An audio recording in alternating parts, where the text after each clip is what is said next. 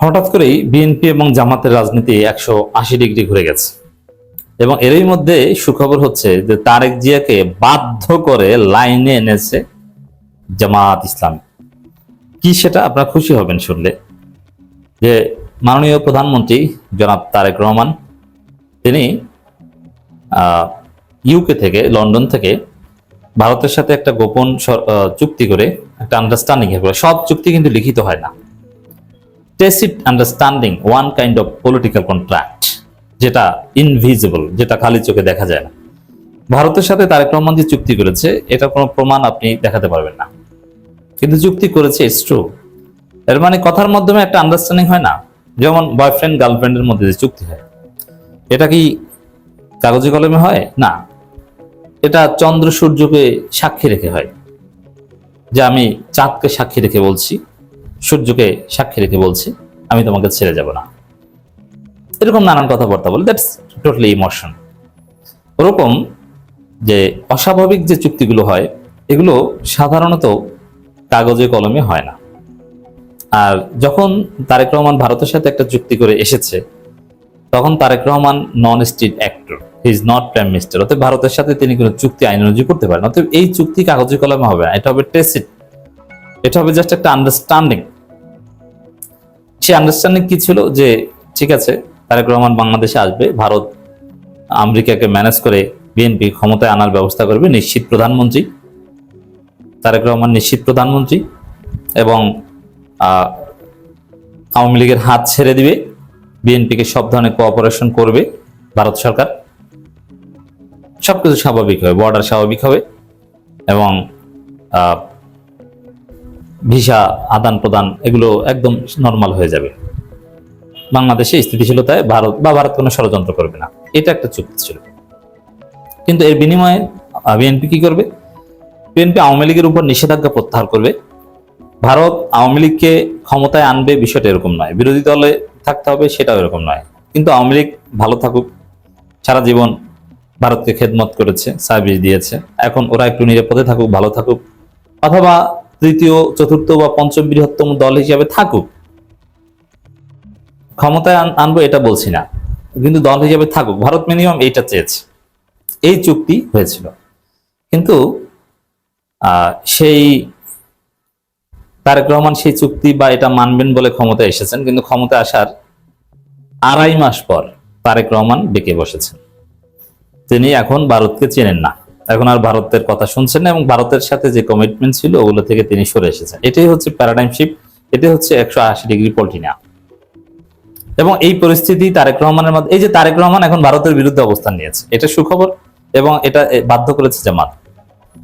এমনকি ভারতকে মনস্তাত্ত্বিকভাবে চাপে রাখতে পাকিস্তানের মন্ত্রীদেরকে উড়িয়ে আনছে বাংলাদেশে এবং বিভিন্ন চুক্তিও করছে স্বরাষ্ট্রমন্ত্রী।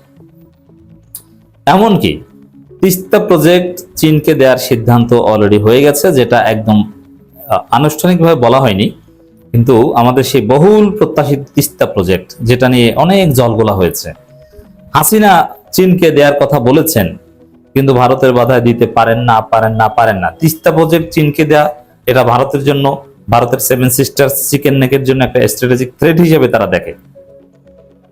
ওই অঞ্চলে চীনের প্রেজেন্সকে ভারত একদম সহ্য করতে পারে না, কিন্তু বাংলাদেশের বৃহত্তর স্বার্থে তিস্তা প্রজেক্ট তারেক রহমান চীনকে দিবেন, এটা মোটামুটি তিনি সিদ্ধান্ত নিয়েছেন। অথচ এগুলো চীনকে দেওয়ার কথা ছিল না। এই যে তারেক রহমান বেঁকে বসেছেন, ঘুরে গেছেন, জামাত এটা বাধ্য করেছে। জামাতের ভারত বিরোধিতা অব্যাহত ছিল।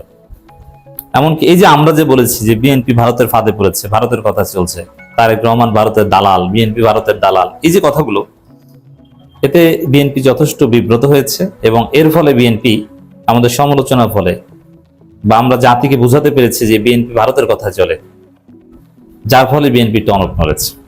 এখন সঠিক লাইনে আনার চেষ্টা করছেন। যদি সত্যিকার অর্থে শেষ পর্যন্ত তিস্তা প্রজেক্ট চীনকে দেওয়া হয়, it would be very good decision. এমনকি যেহেতু চীন ছাড়া অন্য কেউ আমাদের কোনো সহায়তা করতে পারবে না, এর জন্য চীনের আরো অনেক স্ট্র্যাটেজিক প্রেজেন্স বাংলাদেশে থাকতে হবে।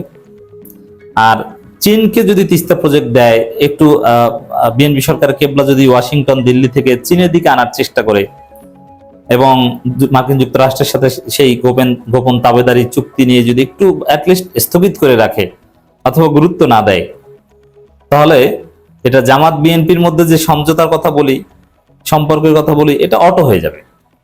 দেখবেন জামাত বিএনপি বন্ধু, শত্রুতা নাই, কিছু সামান্য বিরোধিতা, এটা একদম সামান্য, এটা দুই ভাইয়ের মধ্যে হয়। কিন্তু যদি আপনি দেখেন যে বিএনপির কেবলা দিল্লি কিংবা ওয়াশিংটন, তখন জামাতের উপর তারা ঠিকই নির্যাতন করবে। কিন্তু এখন যেদিকে যেতে বাধ্য হচ্ছে, যেহেতু মধ্যপ্রাচ্যে কিংবা ইরানে একটা কঠিন ধরা খেয়েছে ডোনাল্ড ট্রাম্প, এবং তাদের টাকা পয়সা সব নাই হয়ে গেছে, একরকম ক্ষয়রাতি হয়ে যাওয়ার মতো একটা উপক্রম, এবং এর মধ্য দিয়ে বৈশ্বিক অর্থনীতিতে একটা মন্দা আসতে পারে। এই সামগ্রিক পরিস্থিতিতে তারেক রহমান সরকার দেখছে যে চীনমুখী হওয়া ছাড়া আমাদের বাঁচার কোনো উপায় নেই। এবং যদি এই সুযোগে মার্কিন যুক্তরাষ্ট্রের এই দুর্বল অবস্থার মধ্যে, এখন তারা যেহেতু ইরানে ধরা খেয়েছে, এখন তারা দুর্বল অবস্থায় আছে, এই দুর্বলতার সুযোগটা নিয়ে যদি যুক্তরাষ্ট্রের কাছ থেকে বিএনপি সরকার কেটে পড়ে, জামাত বিএনপি সম্পর্ক অটো ভালোভাবে চলতে থাকবে। আর তাদের সাথে সম্পর্ক থাকলে তখন জামাতকে পেটাও, জামাত রাজাকার। দেখবেন যে সামনে যদি সত্যিকার অর্থে তিস্তা প্রজেক্টটা চীনকে দেয়, এবং চীন যদি কিছু লোন টোন দেয় বাংলাদেশে, দেখবেন যে জামাতকে বলেও আর কেউ রাজাকার বলে না, ওটা রাজনীতি থেকে আউট হয়ে গেছে। কিন্তু চীনের সাথে সম্পর্ক নাই, দেখবেন যে জামাতকে রাজাকার বলে। রাজনীতি অত্যন্ত সূক্ষ্ম এবং জটিল বিষয়। খালি চোখে আপনারা যা দেখেন যে একজন জামাতকে রাজাকার বলবে, ইটস ভেরি সিম্পল, জামাত ওদেরকে চাঁদাবাজ বলবে, ইটস ভেরি সিম্পল। না, এটা সিম্পল না। 2001 থেকে 2006 বিএনপি যে চাঁদাবাজি করেছে, ওই পরিমাণ চাঁদাবাজি আওয়ামী লীগ 15 বছরেও করতে পারেনি। কিন্তু জামাত কি বিএনপি কখনো চাঁদাবাজ বলেছে? দেখাতে পারবেন? বলে নাই। বিএনপি যে দুর্নীতি করেছে 2001 থেকে 2006, এত পরিমাণ দুর্নীতি বাংলাদেশে পৃথিবীতে কারো পক্ষে করা সম্ভব না। এক হাওয়া ভবন কেন্দ্রিক যে দুর্নীতি আর চাঁদাবাজি হয়েছে, এটা বাংলাদেশে ইমাম মাহদি আসার আগ পর্যন্ত অন্য কেউ করতে পারবে না, দাজ্জাল আসার আগ পর্যন্ত।